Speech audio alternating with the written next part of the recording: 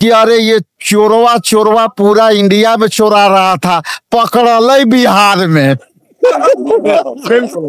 तो सर ये ऐतिहासिक मैदान है, भर पाएंगे, यही चैलेंज रहता है। असर आने वाले चुनाव में जनता के दिमाग पर होगा?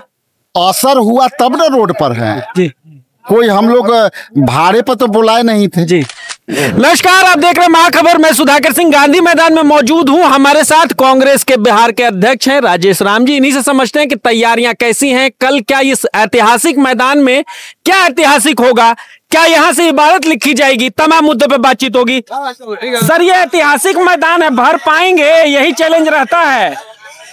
ये मैदान जो रात में जो लोग आएंगे, किशनगंज, पूर्णिया, कटिहार, इसके बाद आपको नवादा, जो दूर दराज के जो इलावा है वो लोग के लिए ठहरने की व्यवस्था है। यहाँ आम सभा नहीं, यहाँ से हम लोग कलेक्टिंग पॉइंट है, बापू के मूर्ति के नीचे से हम लोग उनको पुष्पांजलि करके मार्च जो है शहर की तरफ जाएगी।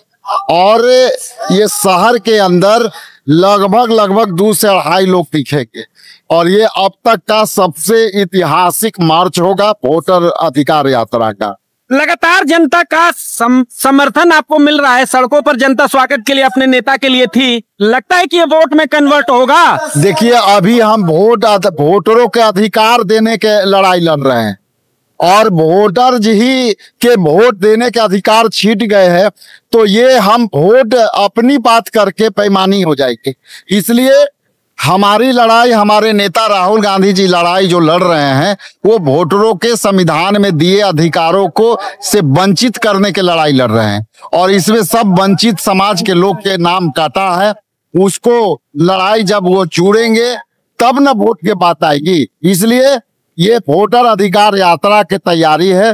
वोटरों के अधिकार छीनने की जो है कवायद है, जो बीजेपी और इलेक्शन कमीशन के, उनको हम लोग जुड़वाने की लड़ाई लड़ रहे हैं, वोट चोरी की लड़ाई लड़ रहे हैं। कल अखिलेश यादव ने कहा कि जिनका पुराना वोट जिन्होंने दिया है और वोटर लिस्ट में इस बार नाम कट गया, हमको दीजिए, अधिकारियों पे कार्रवाई होगी।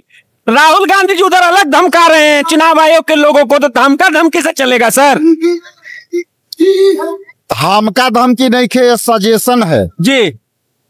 और धमकी देने वाले बीजेपी के लोग हैं जी, जो पत्थर मार रहे हैं जी, ठीक है।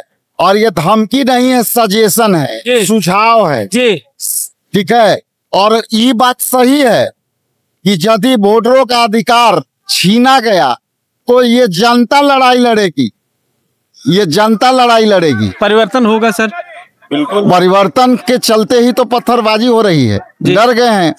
बिहार में अभी हम लोग पीछे से जा रहे थे तो एक कोई बोला, हमको ठीक याद नहीं है, लेकिन बड़ा अच्छा से बोल रहा था कि अरे ये चोरवा चोरवा पूरा इंडिया में चोरा रहा था, पकड़ल बिहार में। तो सर वोट चोर गद्दी छोड़ का नारा तो जन जन तक पहुंच गया है, लगता है कि इसका असर आने वाले चुनाव में जनता के दिमाग पर होगा? असर हुआ तब न रोड पर है जी।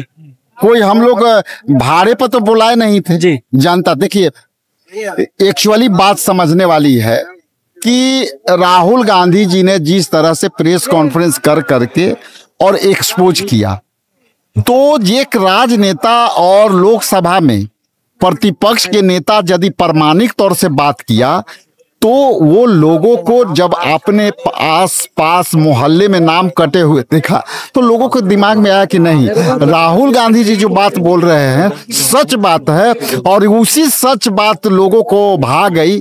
आपके भी मोहल्ले में 2-4 कटे होंगे, मेरे मोहल्ले में 150 नाम जो हटे हैं, तो सब कोई जान गया कि अरे राहुल गांधी जी तो ठीक बोल रहे हैं। इसीलिए उन लोगों ने, जनता ने समझ गया कि यदि ये हम लोग अभी चुप रहेंगे तो आने वाला समय में सबको खत्म हो जाएगा। शुक्रिया सर हमसे बातचीत करने के लिए। राजेश राम है, कांग्रेस के प्रदेश अध्यक्ष है बिहार के, जिन्होंने साफ साफ कहा कि वोट चोरी तो हुई है, अब लोगों को समझ भी आ रहा है, इसलिए लोग नेता के समर्थन के लिए सड़कों पर हैं।